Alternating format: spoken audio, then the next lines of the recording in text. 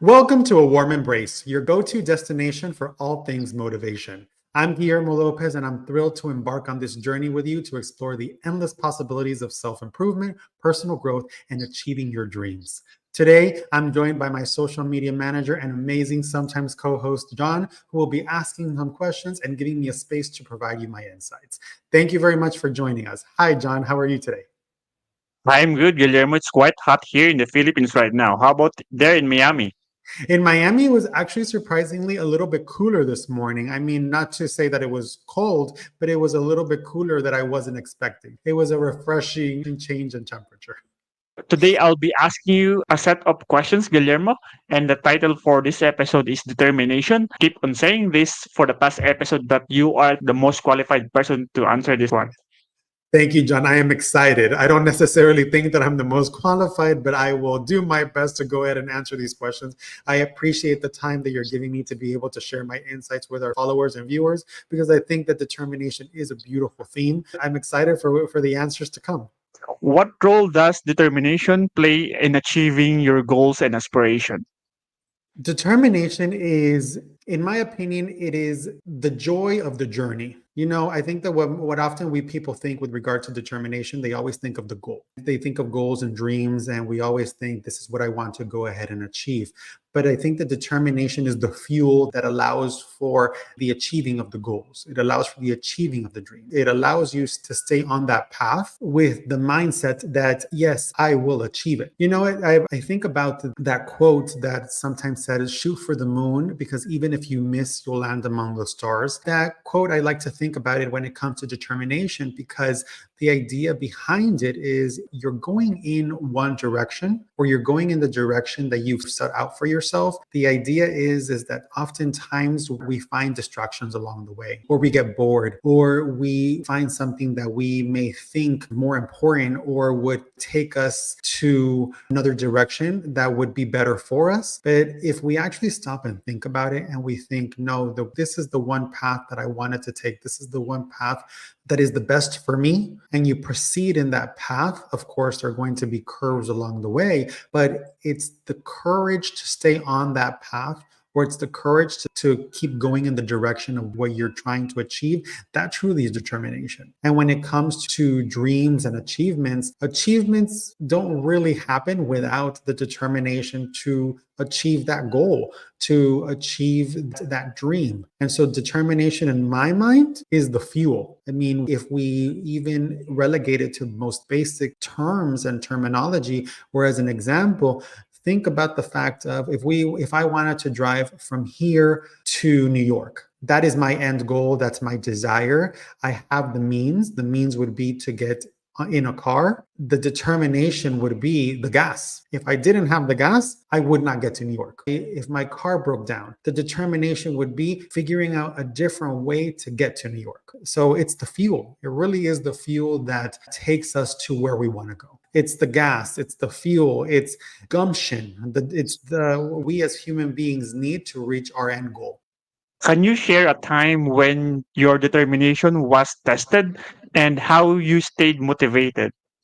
The first thing that came to my mind as you're asking me that question was my first triathlon. And I think we've talked about Oh, my triathlons before, but it comes to my mind as far as my triathlon is I'm not a strong swimmer. As I've spoken about, my foray into swimming was not drowning. I've always loved pools. I've always loved the water. I've always loved the beaches, but I've never had the formal instruction on how to be a moderator, an adequate swimmer. So the idea behind all of that is like, I knew that I needed, in order to finish a triathlon, I knew I needed to swim, I knew I needed to bike, and I knew I needed to run. I knew that I could bike because I learned how to bike as a child. And as they say, you never forget how to ride a bike. And running, that's something that I had been training for, so I knew I could do. It was the swimming that was my kryptonite, if you will. But I knew that I was going to get into the water and I was not going to drown. That was my goal for that leg of the race. It was the fact that it's like, even if I needed to doggy paddle the entire length of that quarter-mile swim, I was going to doggy paddle. Of course, I had trained a little bit in order to be able to swim. I took basic lessons from my wife in terms of proper form. When I got into that triathlon, I started out and I didn't realize I'm a tall person. I'm 6'2", 6'3". And so I thought that when I saw the course, the water course looked close to the shore. Part of me in my mind thought, in the worst case scenario, I could run through the water. That was my lifeline. That was my lifeboat that I gave myself in my mind going into the water. But then I realized that when I was running into the water, I reached a point where I could no longer touch the ground. It was either, as they say, sink or swim. So I had no other option but to start swimming. And then when I got tired, I started doggy paddling. And when I started doggy paddling, I started treading water for a bit and then I continued. So I gave myself breaks, but there was never a thought in my mind that I was not going to go ahead and finish. As I said before, when I ran or I crawled out of that water as the last person out of the water, I even tumbled. And at that point, I could have even said, this is over. This is over. I'm the last person out of this water. There is no way that I'm going to finish this triathlon, let alone come in before anybody. But I said to myself, I'm already in this. I'm going to finish it. That was my fuel. That was the fuel of the fact that I was determined to finish that triathlon. I was determined to finish that first leg, which was going to get me into that next leg, which was going to get me into the third and final leg, and I was going to end it. And I did. And to my surprise, I did not finish the triathlon as even one of the last people. I actually finished with a good time and I was extremely proud of myself. That was something that I did not expect or I did not think could happen going into that. But the idea is that as I was in it, I was determined, I was resolved that I was going to get through it. It was even funny that I'm speaking and I'm giving you this story. I was doing my attempt at swimming. The lifeguard was there on a paddleboard and she's there paddling away with one hand. And here I am putting all my might into my swim. I'm like, I'm doing everything. And she's with one hand paddling away. And she's like staying next to me. And I'm like thinking, are you waiting for me to not finish? Which gave me even further resolve. As I lifted my head up at one moment, she said, you've got this. And that fueled my resolve. That fueled that determination. It added fuel to that fire. And that was something that I can go ahead and say that it was an example that for me, a tangible example where I felt that determination was what made it happen, because I could have easily choked. And we use that terminology here in the US. I don't know if that's something that you know about, but when you say when you choked, that means that you were not able to finish, whether it was fear got the best of you, whether pain got the best of you, whether your mindset got the best of you, whether you told yourself you couldn't do it. I knew that I was not going to let myself choke. I knew that I was not going to let myself not finish. And like I said, that first moment where I didn't touch the ground, that was a startling moment for me because my security blanket, if you will, was gone. Like I had said to you, when I first thought that I was getting into the water, I had this self-assurance. And in hindsight, I think it was kind of naive for me to think, but I had this self-assurance that knowing that at the very least, I knew that I could run in the water because I'm a tall guy. And when that didn't happen, I could have easily, my mind could have easily said, nope, we're not going to do it. You're not a swimmer. We're not going to end this. We're going to go back to shore. We're going to have the lifeguards take us back to shore and we're going to try again another day. That was a very real possibility, but it didn't happen because I was determined to finish and I was determined to finish that leg. And that leg went on to the next one. And that true example of resilience, that true example of determination was what led me to finish that first triathlon. And eventually it inspired me to do a second one. I think that really much sums it up in a nutshell. Determination, like I said, everybody can do it. I mean, I've given you examples before, John, of people who have performed amazing feats that are missing limbs. There is this one story. It's of a father and his son. And his son, I believe the son suffered from cerebral palsy, if I'm not mistaken. It was a debilitating condition. And this son always wanted to do an Ironman or wanted to do a triathlon. And his father, who is 20, 30 years his senior, in order to give his son the gift, he started doing triathlons, and he did it in a way that he could take his son along. His father is swimming and is pulling his son on a kayak. On the bike, father is biking and has his son behind him. On the run, he is running, pulling his son. That is determination. That is a father doing for his son something that even I, who have done a triathlon, I'm thinking, well, wow, I fall victim to that verbiage that you just said. Not everybody can do it, but we all have that feel within us. We just have to find the reason to do it. That really is the crux of the matter. That really is the crux of this episode, which I think is a beautiful episode. So thank you very much for choosing this theme, because it really does go down to what is the fuel that we're willing to give our goals, or the means to achieve our goals. What is that fuel? And that fuel is oftentimes determination. It is oftentimes that one notion and idea that it is, I am not going to fail. I am going to achieve that goal no matter what. Thank you so much, Guillermo, for that wonderful and powerful story of father and child. How do you differentiate between healthy determination and stubbornness? I think it runs a fine line, because history is replete with examples of the fact that many people would think that person was just stubborn. That person was just unwilling and undeterred, and think of everything that they've been able to accomplish. I gave the example of Thomas Edison.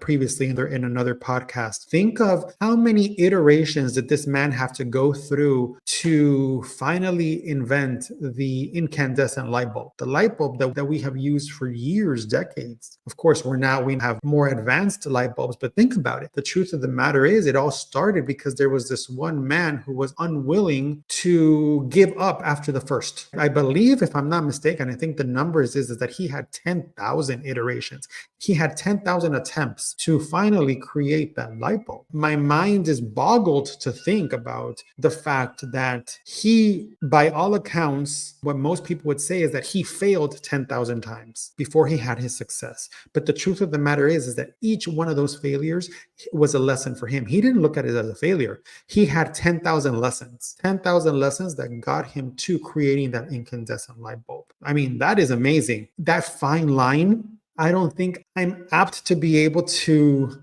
delineate, because it's so fine. And I think at the end of the day, when we think about stubbornness versus healthy determination, by all accounts, in people's views, a person will be stubborn until they achieve something. At that point, then that person becomes determined. And I wouldn't want to go ahead and deter somebody from going after something simply because they might be labeled as stubborn. And that's where I would like to go ahead and really leave it, because there really is that fine line that we're all stubborn, right? We're all stubborn. If we all feel strongly about something, that means that we have conviction. That means that we are passionate. And if that requires us to be stubborn, if that requires us to be determined to achieve that one thing that we are passionate about, that we have true conviction for, then far be it from me to be one to say you're being stubborn. Because at the end of the day, that word would only be a limit. Unless, of course, I change the definition of it and I use that as fuel. For example, if somebody says, Guillermo, you're stubborn, you're like a dog with a bone on this particular issue. Well, that's because I'm passionate about it.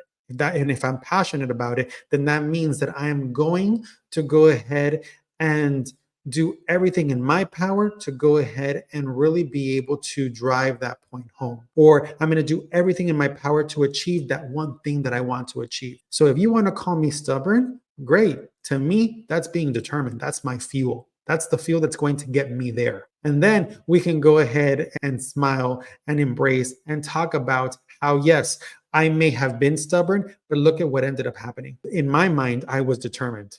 Just like Edison. Edison could have been labeled as stubborn. He could have. And I'm sure that during his tenure, during his time, he was like thinking, why are you embarking on a fruitless venture? Why are you embarking on something that just can't be done? 10,000 tries is an obscene amount. But then what if it hadn't been 10,000? What if it had been 10,001? What if it had been 11,000, 15,000? I, for one, am grateful that he was stubborn, because right now I am enjoying the fruits of his labor. You are enjoying the fruits of his labor. The world over is enjoying the fruits of his labor because he was stubborn, because he was determined. He gave us that example, and he's just one of how many men and women on this earth have been able to be truly determined to achieve greatness.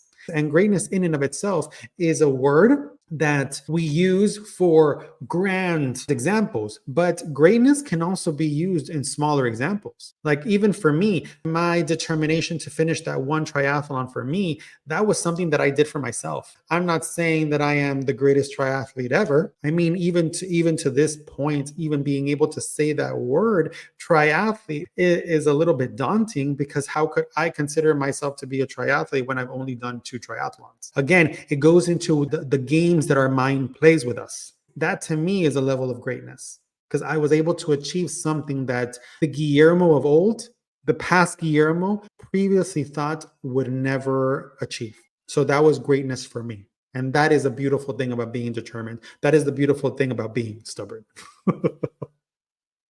What strategies do you use to maintain determination during times of doubts and setbacks?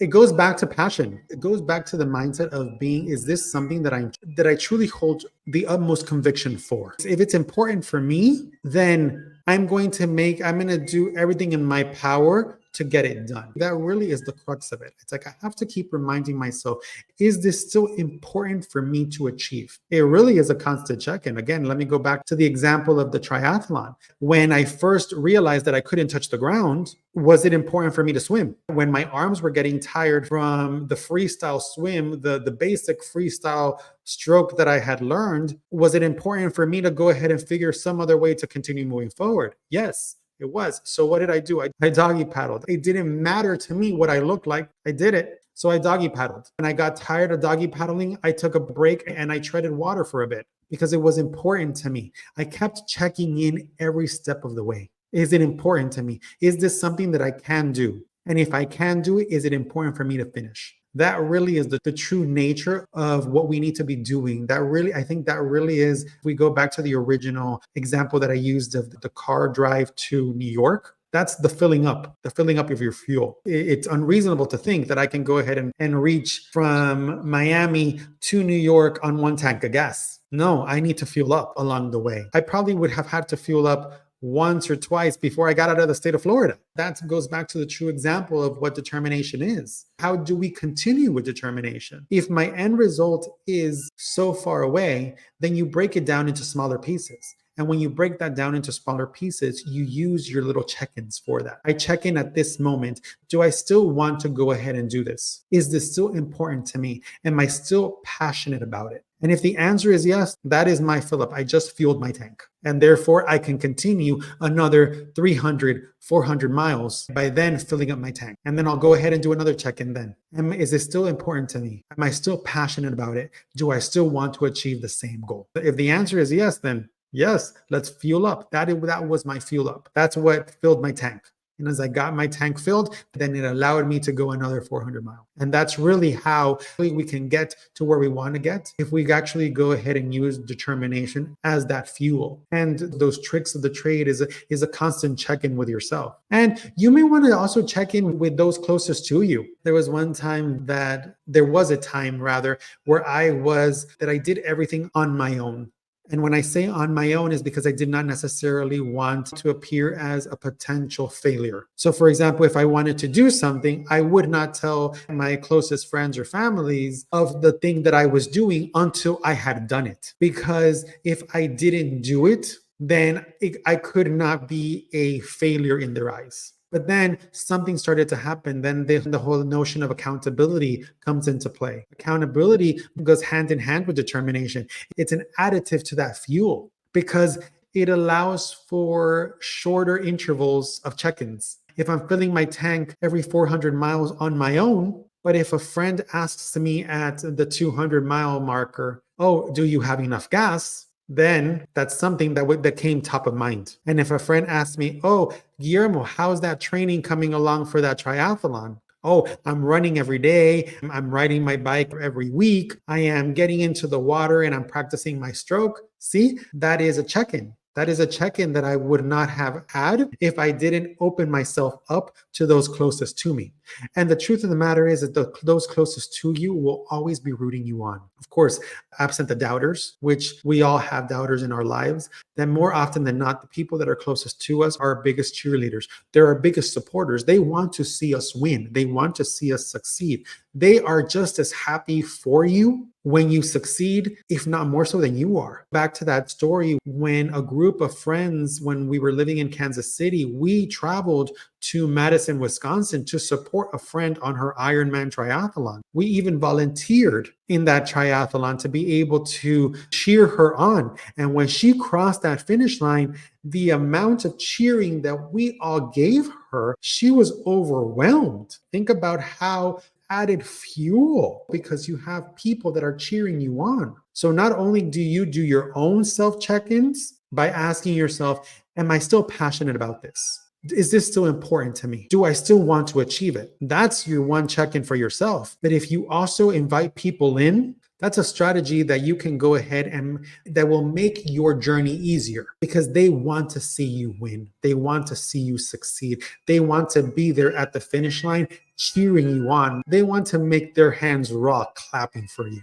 They want to lose their voice screaming for you. I know I do. I know I do that for my friends. And I know that that was one of the things that I wanted to go ahead and really bring into the warm embrace ecosystem when I was really thinking about what I wanted from Guillermo.world, when I wanted to create this environment where people are seen, heard, and loved. But beyond that, it was the idea is that I wanted to be able to celebrate with each and every one of our listeners. I wanted to be able to celebrate with each and every one of our viewers. I wanted to be able to celebrate with each and every one of our followers because they're family. I want to be able to be there and cheer them on their highest of highs. And at the same time, I also want to be there when they need me in their lowest of lows. And when we create this ecosystem, when we allow for that, we open it up and we make that journey easier. Again, we are one giant family living this one life on this earth at this given time. And what can I give in order to make that better? What can I give you, John, to make that better? What can I give to my friends and family to make that better? And when we open ourselves up to that ability, to that support, to that accountability, we make our journey that much easier. Determination becomes that much easier because you have this level of support that you previously would not have had if you were doing it alone. Thank you so much for that, Guillermo. You know what? I've learned and I realized things too for that story that you gave to us because I realized that doubts always there in our lives. Always. It will come without you expecting it. The only thing that you can do is to pause, refuel, and never quit. Thank you, John. You said it perfectly. Pause, refuel, and never quit. Can you discuss the significance of determination in the face of obstacles and challenges? I think you answered it already. Of course. I mean, at the end of the day, like I said, there's so many examples of that. And obstacles, like I said, are our own doubts. I mean, there's no greater obstacle than our own doubt. Of course, there are obstacles along the way. There are physical limitations. There are environmental limitations. There are personal limitations, interpersonal limitations. But the truth of the matter is that there is no greater obstacle than our own mind. There's no greater obstacle than our own doubt. And that's if we learn how to overcome that by, as you said, pause, check in, and never quit. That's how we can overcome our greatest challenge. Because determination, like resilience, how we previously spoke about, is a desire, is the fuel to not quit. It's the fuel to reach our end goal without quitting. And that really is, it's like, you know what? I always love listening and reading about sports challenges and how people overcome that. I mean, I think back to Roger Bannister, the first person to break the 4-minute mile. And this story is so well known, but it's something that I think about in my mind because I think it's a very prevalent and it's a very important example about it, about the fact of how Our mind is our greatest challenge, even though it is our greatest strength, but it's also our greatest stumbling block. Think about that story of Roger Bannister. For years, nobody could ever break 4-minute mile. It was universally announced that a 4-minute mile could not be done, that you could never break the 4-minute mile. And then all of a sudden, you have the likes of Roger Bannister, who one day raced at under 4 minutes. And after that, I think he didn't even last, if I'm not mistaken, and don't quote me exactly, but I think it didn't even last 6 months before somebody else beat his time. It only took that one person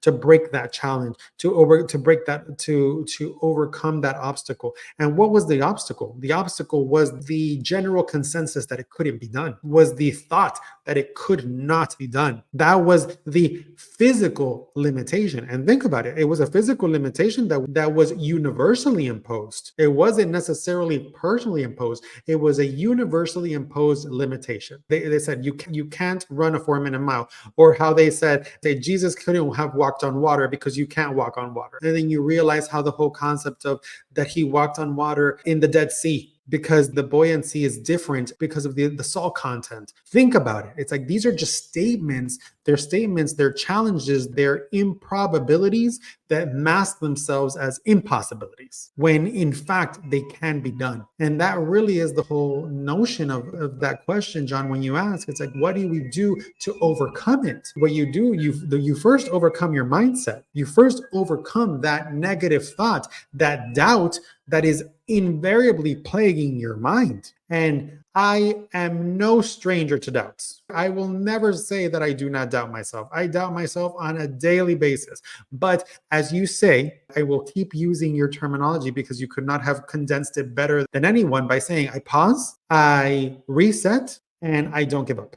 You do that. And I think that was a beautiful condensation of this episode, because at the end of the day, that really is how we overcome those challenges. That personal check-in to overcome the biggest obstacle that we have. That is the biggest hurdle.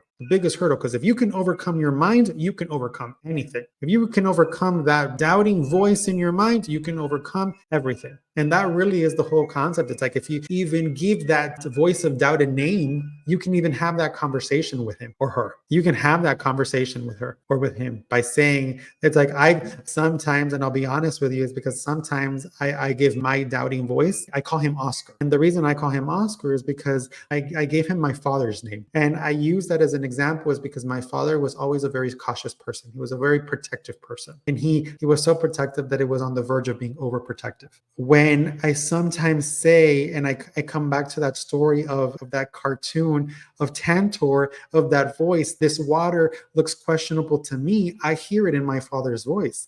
I hear it in the voice of my father telling me, you need to be careful. I hear it in the voice of my father. It's like, okay, let's go ahead and look at it from every single point of view before we act. And I know that he was doing that because he loved me. I know that he was doing that because he wanted to protect me. He wanted to protect his kids. He did not want us to experience pain. And I think about that. I remember when I've said it before, it's like I thought that I had hacked life because I myself did not want to experience pain. And I think sometimes I have these moments of introspection with myself where I think that idea of not wanting to experience pain came from my father, came from the idea of him not wanting me to experience pain. And so I had this aversion to pain, and therefore I sought to do things that I knew that I could overcome. And then eventually, when, as we know, things happen, life has a completely different plan than the one that we have for ourselves. And so what do we need to do? We need to go ahead and refocus. We need to find something else that we can be passionate about. We need to find something else that we can have conviction for. And by doing that, then we can overcome that mighty doubt, that mighty doubting voice that we hold in our heads, and who oftentimes, without our knowing, we comfort them. That voice comforts us, and we comfort it. And by being able to overcome it, by my being able to say, Oscar, I hear you, but I'm going to go ahead and still do this, I am giving that voice a presence. I am giving that voice a space. I'm not disrespecting the voice, because at the end of the day, that voice has been with us all our lives. And we can't that we're going to go ahead and ignore it. by giving it the respect that it deserves, because what does it want us to do? It really wants to protect us. So I give it love, I give it space, I give it respect, and I give it acknowledgement. So I say, thank you, Oscar, for your thoughts. Thank you, Oscar, for what you're trying to do. But this is not one of those times where I need to be protected. This is something that I can go ahead and decide to move forward. I think that is an additional tool that we can add to our toolbox, because the truth of the matter is that voice doesn't want to hurt us. Those doubts don't want to hurt us. They want to protect us. The only way that we can truly achieve these grandiose dreams, and they don't necessarily have to be grandiose, but the only way that we can achieve these dreams, these goals that we set for ourselves, we need to go ahead and put aside those words of doubt. We need to be able to, as you say, John, pause, check in, and never quit. And that is a truly beautiful thing to do. I think it's funny how even in these conversations that we're having, and like I said at the very beginning of our podcast, is that you're asking me these questions and you're giving me space to be able to provide my insights. And it's a beautiful way to be able to provide these insights. And as I'm answering these questions, my mind is going to memories. And I think that's beautiful, because it allows me to draw from my own database, my own history, to be able to provide our viewers and our followers with something that I've been able to overcome, something that I've been able to overdo.